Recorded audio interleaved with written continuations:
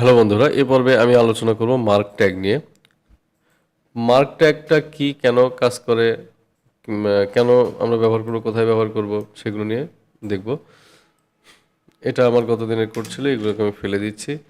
এই জায়গায় এই জায়গায় আমি কিছু টেক্সট নিয়ে নিই। হ্যাঁ, আচ্ছা, মার্ক ট্যাগের কাজ কি একটু বলে নিই। মার্ক ট্যাগটা হচ্ছে আমার ওয়েব পেজে কোনো টেক্সটকে হাইলাইট করার যদি প্রয়োজন পড়ে, সেক্ষেত্রে মার্ক ট্যাগ ব্যবহার করতে পারবো। ঠিক আছে, কোনো টেক্সটকে মার্কিং করা, কোনো টেক্সটকে হাইলাইট করা, হ্যাঁ, এটা করার জন্য আমরা মার্ক ট্যাগটা ব্যবহার করি। আমি কিছু টেক্সট লিখে নিই। এখানে লিখলাম,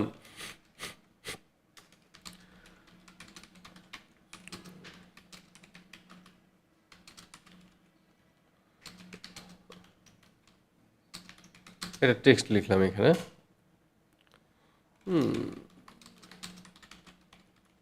এমনি একটা লিখতেছি। এখন এটা যদি আমি এখানে রিলোড করি, তাহলে দেখবো আমার এখানে ওই টেক্সটটা চলে এসেছে, যে টেক্সটটা লিখছি। আমি চাচ্ছি এখানে এই দিসটাকে বা এই কম্পিউটারটাকে আমি একটা হাইলাইট করব। তাহলে হাইলাইট করার জন্য এই কম্পিউটারটাকে আমি মার্ক ট্যাগের মধ্যে রাখবো। ঠিক আছে, এটা যদি রাখি, এখানে রিলোড করি, তাহলে দেখতেছি এই জায়গাটা আমার একটা ব্যাকগ্রাউন্ড আলাদা একটা কালার চলে আসছে, যেটা হচ্ছে মার্ক। মার্ক ট্যাগটা এইভাবে কাজ করা হয়। আচ্ছা, মেটা ট্যাগ নিয়ে একটু আলোচনা করি। মেটা ট্যাগ, আচ্ছা, মেটা ট্যাগের প্রথম যে অবস্থায় এখানে মেটা ট্যাগ, এই যে 4 সেট ইউটিপিট, এটার অর্থ হচ্ছে মানে আমাদের ওয়েব পেজে যে কোনো ধরনের ক্যারেক্টারই আসুক না কেন সেটা সাপোর্ট করবে। হ্যাঁ, সে কারণে ক্যারেক্টার সেট ইউটিপি8টা ব্যবহার করা হয়। Meta name viewport content wide device wide, এটা কেন ব্যবহার করা হয়? এটা করা হয় রেসপন্সিভের জন্য। আমার যদি আলাদা আলাদা ডিভাইসে আলাদা আলাদা ডিজাইন দেখাইতে চাই, আমি রেসপন্সিভ সিএসএস ফাইলটাকে যদি সঠিকভাবে কাজ করাতে চাই, মানে রেসপন্সিভ ফাইল বলতে সিএসএস এর মিডিয়া কোয়েরি যেগুলো আছে সেগুলোকে সঠিকভাবে কাজ করাতে চাইলে আমি এই meta name viewport content wide device wide, হ্যাঁ, ইনিশিয়াল স্কেল 1, এটার অর্থ হচ্ছে মেটা নেম ভিউপোর্ট যেই ভিউপোর্টে শুরু হবে। আচ্ছা, কন্টেন্ট হচ্ছে ওয়াইড ডিভাইস ওয়াইড, মানে যেই ডিভাইস হবে সেই ডিভাইসের ওয়াইড থেকে, আর ইনিশিয়াল স্কেল শুরু হবে 1 থেকে, এটাই বোঝানো হচ্ছে। আচ্ছা, এছাড়াও আরও কিছু আছে, সেগুলো নিয়ে একটু আলোচনা করি। যেমন হচ্ছে একটা দেখবো, সেটা হলো যে মেটা মেটার আরেকটা আছে হচ্ছে ডেসক্রিপশন কিওয়ার্ড। যেমন আমি যে মেটা ব্যবহার করি, মেটা নেম হবে ডেসক্রিপশনটা ব্যবহার করতে পারি। ডেসক্রিপশন কন্টেন্ট, এখানে হবে হচ্ছে আমি দিলাম যে দিস ইজ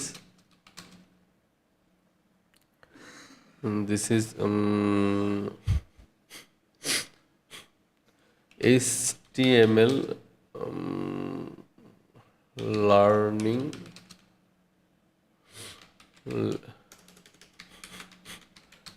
লেকচার, বা এখানে বিভিন্ন ডিসক্রিপশন হতে পারে। দিস ইজ ডেসক্রিপশন, এটা কেন ব্যবহার করা হয়? যে এখানে যে ডেসক্রিপশনটা ব্যবহার করি, এই ডেসক্রিপশন মানে আমি যখন কোনো ওয়েবসাইট গুগলে সার্চ করে চলে আসে, তখন আমার এই ডেসক্রিপশনটাই গুগলের পেজে শো করে। হ্যাঁ, তাহলে কন্টেন্টের ভিতরে এখানে যেটা লিখবো, ডেসক্রিপশন যেটা লিখবো, সেটা হচ্ছে আমার এসইও সাপোর্টেড হবে। এসইও সাপোর্টেড করার জন্য এটা আমাদের ব্যবহার করতে হয়।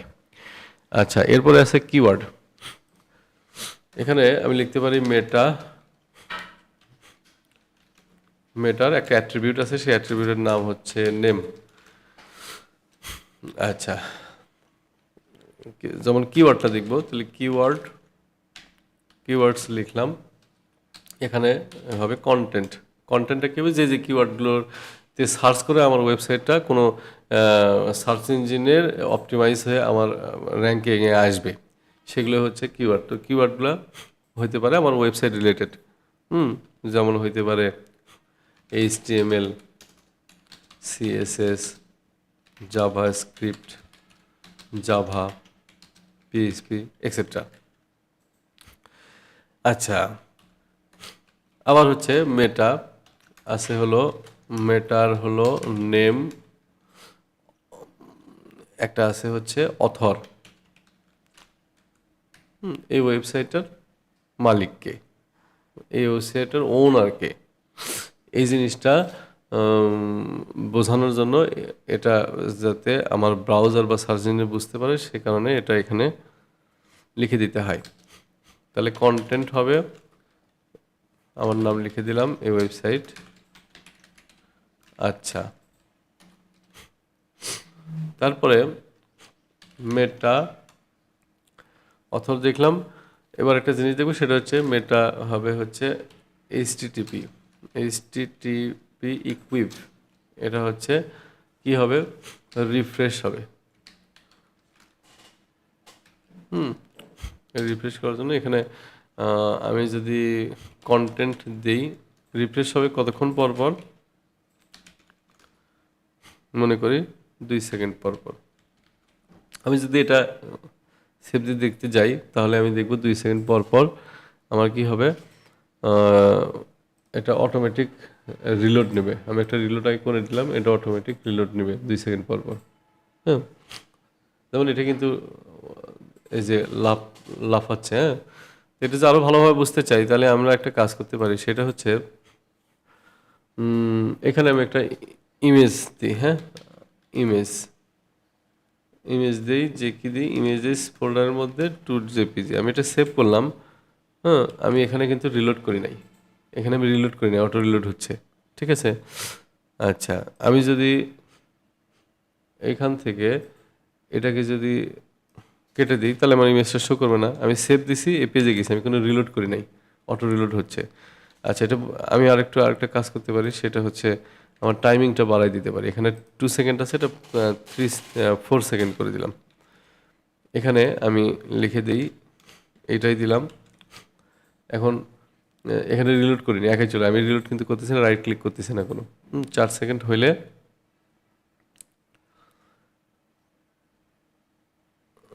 এটা হচ্ছে ফার্স্ট, আগে প্রথমে একবার রিলোড দিতে হবে, রিলোড দিলাম। হ্যাঁ, তাহলে এবার রিলোড দিছি, আমি এইখানে আসি, এইখানে এসে আমি বার্ড জেপিজিটা কেটে দেব। তার আগে একটু দেখি, এখানে এখন পর্যন্ত ঠিক আছে। হ্যাঁ, আমি যদি এটাকে কেটে দিয়ে সেভ করি, দেন এখানে আসি, বারটা আছে, আমি রিলোড করি না, এখন পর্যন্ত কিন্তু রিলোড করিনি, আমার সেকেন্ড চলতেছে, অটো চলে গেল। তার মানে বোঝা যাচ্ছে যে আমার রিফ্রেশটা হচ্ছে 4 সেকেন্ড পর পর রিফ্রেশ হচ্ছে। এটা যদি আমি 4 সেকেন্ড বা যত টাইমিং পর পর আমি রিফ্রেশ করতে চাই, সেটা আমি এখানে লিখে দিয়ে এটা করতে পারবো। এটাই ছিল মেটা ট্যাগ নিয়ে আলোচনা। তো ঠিক আছে, সবাই ভালো থাকবেন। আমার ভিডিও যদি আপনাদের ভালো লেগে থাকে, তাহলে আমার চ্যানেলকে সাবস্ক্রাইব করবেন, লাইক কমেন্ট শেয়ার করে আমার পাশে থাকবেন। ধন্যবাদ সবাইকে।